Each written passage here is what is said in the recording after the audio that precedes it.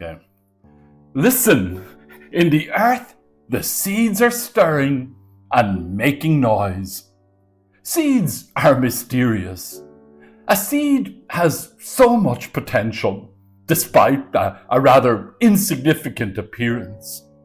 We can hardly believe that life can come forth from such a dry, dead-looking thing. Yet deep within its heart can be a glorious sunflower or a delicious ear of corn. The Greek writer Nikos Kazantzakis once remarked, "I said to the almond tree, 'Speak to me of God,' and the almond tree blossomed." The prophet Ezekiel, in our first reading, speaks of the cedar tree. Because of its characteristics, size, diameter, lifespan, the cedar has become a symbol of greatness, of nobility, of strength.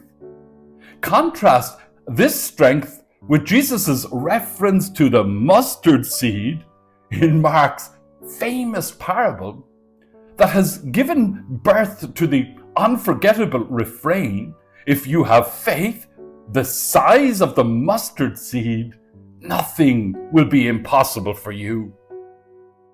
The genius of parables is that they offer recognizable assumptions about what is possible.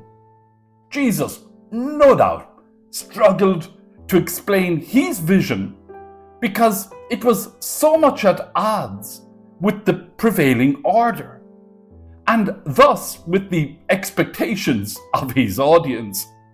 Yet Jesus, as a popular educator, used language that ordinary folk understood and images they related to from their experience.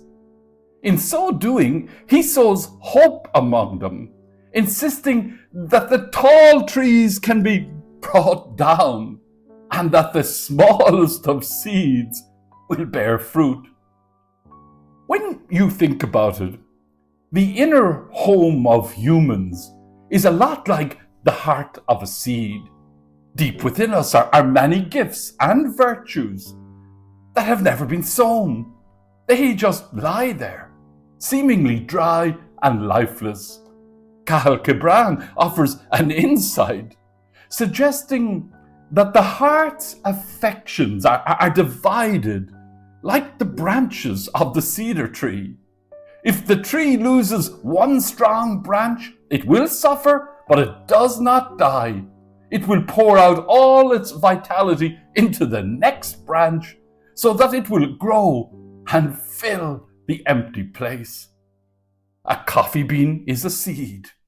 Despite coffee's origins in Ethiopia, specialty coffee today is better known for whiteness and wealth. I recently learned about a new coffee app. It's called Brex 360, and it can track the bean from the crop to your cup, and you can look at the app to see what the farmer who dirties his hand with the seed actually got paid from your purchase. Interestingly, in parts of Ethiopia, if I invite you in for tea, it's because I'm being polite. I really don't want to talk to you, as tea is very fast. But if I offer you in for coffee, that's going to take an hour, because I'm going to roast it, I'm going to pass it around the roast for you to smell it, I'm going to grind it, we're going to brew it, and we're going to sip it. That's an hour process, because it's all done by hand. So that means I want to know more about you. I want to talk. I want to bond. I want to connect. Coffee, by the very nature of what it takes to make it and grow it, commands us to be in community. Theologian Thomas Halleck, interestingly, speaks about secular spirituality, arguing that it belongs to the history of faith. Halleck speaks about spirituality as being the lifestyle of faith. Seeds and trees were as integral to the lifestyle of those Jesus spoke to as is coffee to modern living.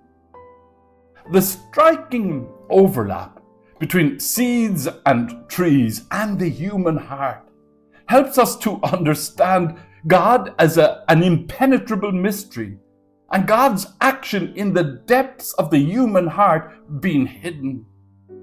Mystics claim God's self and our human self are intrinsically interconnected, which effectively means that faith, hope, and love are not merely human attitudes, but a place of encounter, and essentially a connection between the divine and the human, between grace and freedom.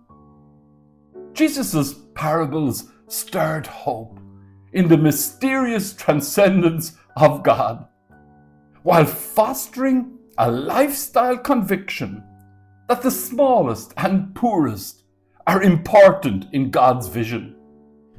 The coffee bean calls us to a lifestyle in pursuit of mystery, justice, care for creation and community. Amen.